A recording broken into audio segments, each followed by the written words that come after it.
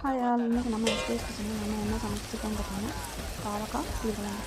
பாவக்காய் கசப்புன்னு யாருமே தர மாட்டாங்க. ஆனால் இந்த மாதிரி ட்ரை பண்ணி பாருங்கள், சும்மா சூப்பராக இருக்கும். ஒரு கடாயில் 2 குளிக்கரண்டி அளவு எண்ணெய் சேர்த்துக்கோங்க. எண்ணெய் காஞ்சி வந்ததும் கடுகு சேர்த்துக்கோங்க. கடுகு பொரிஞ்சதும் பச்சை மிளகாய், கருவேப்பிலை.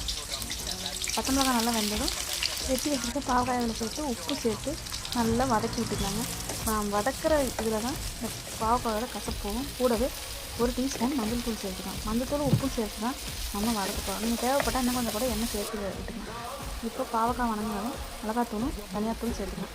தனியாத்தூள் 1 டேபிள் ஸ்பூன் அளவு சேர்த்துக்கலாம். மிளகாத்தூள் காரத்துக்கு சேர்த்துக்கலாம். இப்போ திரும்பவும் இதனுடைய பச்சை ஸ்மெல் போகிற அளவுக்கு வதக்கிட்டு 2 தக்காளியை அரைச்சி இதையே சேர்த்துக்கலாம். நம்ம அரைச்ச தக்காளியை சேர்த்துக்கலாம், இல்லைன்னா கட் பண்ணி போட்டுக்கலாம். இப்போ இது கூட சேர்த்து நல்லா வதக்கி விட்டுக்கலாம்.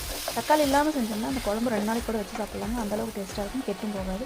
இது கூடவே நல்ல ஒரு 20 சின்ன வெங்காயத்தை சின்ன சின்னதாக கட் பண்ணி சேர்த்துக்கலாம். சின்ன வெங்காயத்தை இப்போ தான் சேர்க்கணுங்க. ஃபஸ்ட்லேயே சேர்த்து எண்ணெயில் வதக்கிட்டோம்னா சின்ன வெங்காயம் குழம்பு வேக வேக கரைஞ்சிரும். அதனால் இப்போ தான் நான் சின்ன வெங்காயம் சேர்த்துக்கிறேன். நீங்கள் விருப்பப்பட்டால் முன்னாடியே சேர்த்துக்கலாம்.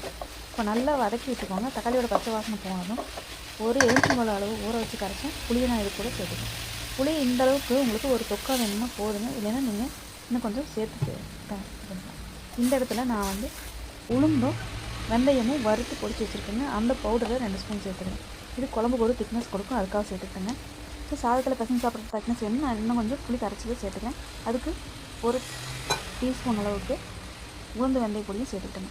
இப்போ இந்த குழம்பை நல்லா வெந்து வர வரைக்கும் மூடி போட்டு வச்சிடலாங்க.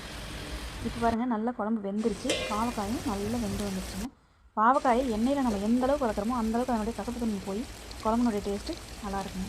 இப்போ நல்லா வெந்து வந்துச்சுன்னா இப்போ லாஸ்ட்டாக உப்பு பத்திரனா உப்பு சேர்த்துக்கோங்க. நான் கொஞ்சமாக தேங்காய் 1/4 மூடி அளவு துருவி.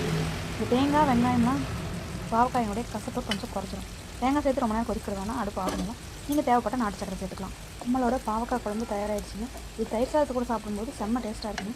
இது சாதத்து கூடயும் பசங்க சாப்பிடலாம். ட்ரை பண்ணி பார்த்துட்டு எப்படி வந்து கமெண்ட் பண்ணி சேனலை சப்ஸ்கிரைப் பண்ணிக்கோங்க, லைக் பண்ணுங்கள், ஷேர் பண்ணுங்கள். பாய்.